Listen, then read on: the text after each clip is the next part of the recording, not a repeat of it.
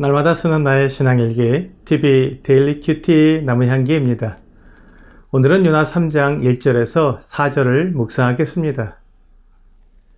여호와의 말씀이 두 번째로 요나에게 임하니라. 이르시되 일어나 저 큰 성읍 니느웨로 가서 내가 네게 명한 바를 그들에게 선포하라 하신지라. 요나가 여호와의 말씀대로 일어나서 니느웨로 가니라. 니느웨는 사흘 동안 걸을 만큼 하나님 앞에 큰 성읍이더라. 요나가 그 성읍에 들어가서 하루 동안 다니며 외쳐 이르되 40일이 지나면 니느웨가 무너지리라 하였더니. 큰 물고기가 하나님의 말씀에 순종하여 요나를 육지에 토하여 낸 후에 하나님께서 다시 요나에게 말씀하셨습니다. 일어나 저 큰 성읍 니느웨로 가서 내가 네게 명한 바를 그들에게 선포하라. 처음에 하나님께서 요나에게 니느웨로 가서 하나님의 말씀을 선포하라고 했을 때 요나는 불순종했습니다. 하나님께 부르심을 입은 선지자가 하나님의 말씀에 불순종하는 것은 생각할 수 없는 일이었지만 요나는 그렇게 했습니다. 이렇게 불순종한 요나에게 하나님께서는 은혜에 은혜를 더하셨습니다. 하나님의 명령을 거역한 선지자를 다시 불러서 말씀을 맡기신 것입니다. 사람들은 자기의 말을 듣지 않는 아랫사람들을 매우 싫어합니다. 특히 권위가 큰 사람일수록 자기 권위가 무시당하는 것을 매우 싫어하며 한 번이라도 자기 말에 거역하면 바로 내치고 완전히 버리는 것을 보게 됩니다. 그래서 사람들은 권위가 큰 사람 앞에서 자기를 낮추는 것입니다.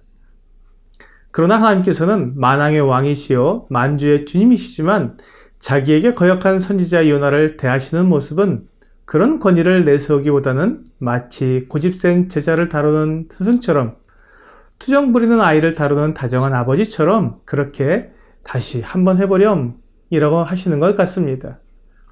사람들이 오해하는 권위는 이 세상 폭군들과 권세자들의 모습을 통해 각인되어 있기 때문인 것 같습니다.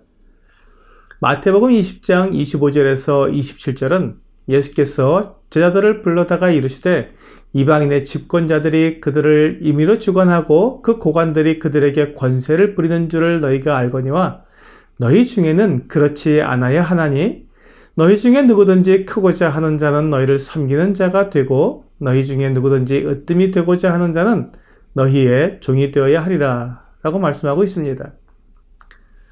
이방인의 집권자들은 사람들을 임의로 주관한다고 말씀하십니다. 자기 뜻대로 사람들을 다룬다는 말입니다. 그것이 옳으냐 그르냐가 아니라 그것이 정의롭고 공정하냐가 아니라 집권자의 뜻이냐 아니냐에 따라 사람들을 움직이게 한다는 것입니다. 이것이 하나님과 사람의 차이입니다. 하나님은 가장 큰 권위를 가지셨음에도 사람들을 대할 때 사랑과 은혜로 대하시지만 사람은 자기가 어떤 권위를 가지게 되면 사람들을 임의로 주관하고 권세를 부리는 것입니다.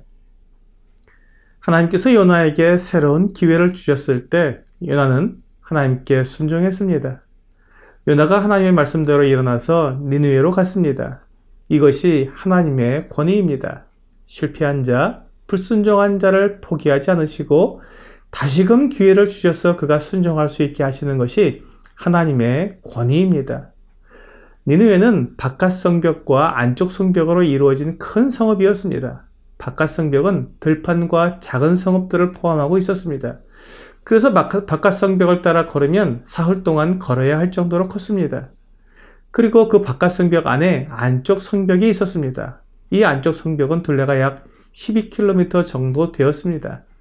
그러므로 요나가 니느웨로 가서 하루 동안 다니며 외친 것은 이 안쪽 성벽으로 이루어진 성읍에서 하나님의 말씀을 전한 것으로 보입니다. 요나가 바깥 성벽 안에 있는 그 작은 섬까지 일일이 찾아가서 하나님의 말씀을 외치지 않은 것을 잘못이라고 말하기는 어려울 것 같습니다. 만일 요나가 안쪽 성벽 안에서 가장 큰 길에서 한두 시간만 외쳤어도 니느웨 성읍의 사람들에게 소문이 퍼지는 것은 어렵지 않았을 것입니다. 그러나 요나는 하루 종일 다니며 외쳤기 때문에 안쪽 성벽에 사는 사람들은 요나의 외침을 충분히 들었을 것입니다. 요나는 하나님께서 그에게 주신 말씀을 성실하게 전했습니다. 그것은 니느웨의 멸망을 예언하는 것이었기 때문이었습니다. 요나는 40일이 지나면 니느웨가 무너지리라 라고 외쳤습니다. 그만큼 니느웨의 죄가 컸고 하나님께서 더 이상 그들의 죄를 참아보지 못하실 정도였기 때문이었습니다. 하나님께서 말씀하신 이 니느웨의 멸망에 대한 소식이 요나의 마음에는 좋았을 것입니다. 요나는 이스라엘을 위협하는 아수르 제국의 수도인 이 니느웨가 멸망한다는 소식은 너무나 기쁜 소식이었을 것입니다.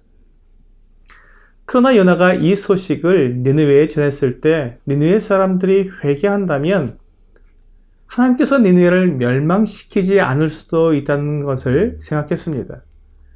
그래서 요나는 니느웨로 가서 이 심판과 멸망의 소식을 전하지 않고 다시스로 가서 숨으려고 했던 것입니다. 니느웨 백성들이 회개하지 않아서 정말 그대로 멸망하기를 바랐던 것입니다. 하지만 하나님께서 베푸시는 은혜를 경험하면서 순종하게 된 것입니다. 우리가 하나님께 순종하지 못하는 것은 하나님의 완전하신 계획을 다 알지 못하기 때문입니다. 사람은 그 모든 것을 알 수 없고 또 부분적으로만 알 수 있습니다.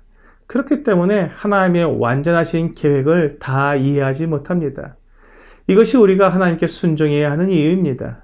내가 알고 있고 생각하는 것은 완전하지 못하고 하나님의 뜻과 계획은 완전하다는 것을 믿는다면 온전히 순종할 수 있을 것입니다.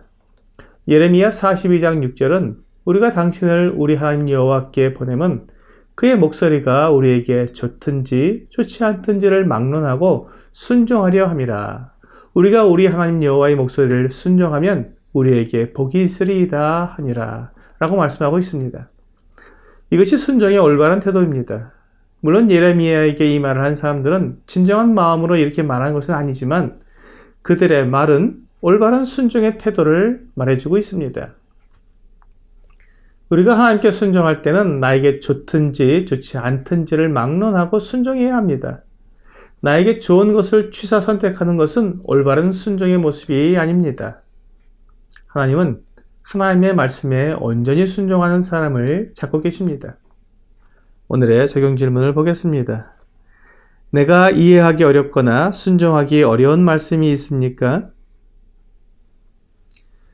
내가 이해하지 못하고 순종하지 못하는 말씀은 그 말씀이 내 마음에 맞지 않기 때문일 것입니다. 하나님의 선하심과 완전하심을 기억하고 믿음으로 나아갈 때 순종하게 될 것입니다. 오늘 이해가 되지 않고 순종하기 어려운 하나님의 말씀을 대할 때 내 생각을 내려놓고 하나님의 말씀에 먼저 순종하는 여러분과 제가 되기를 주 예수님의 이름으로 기도합니다.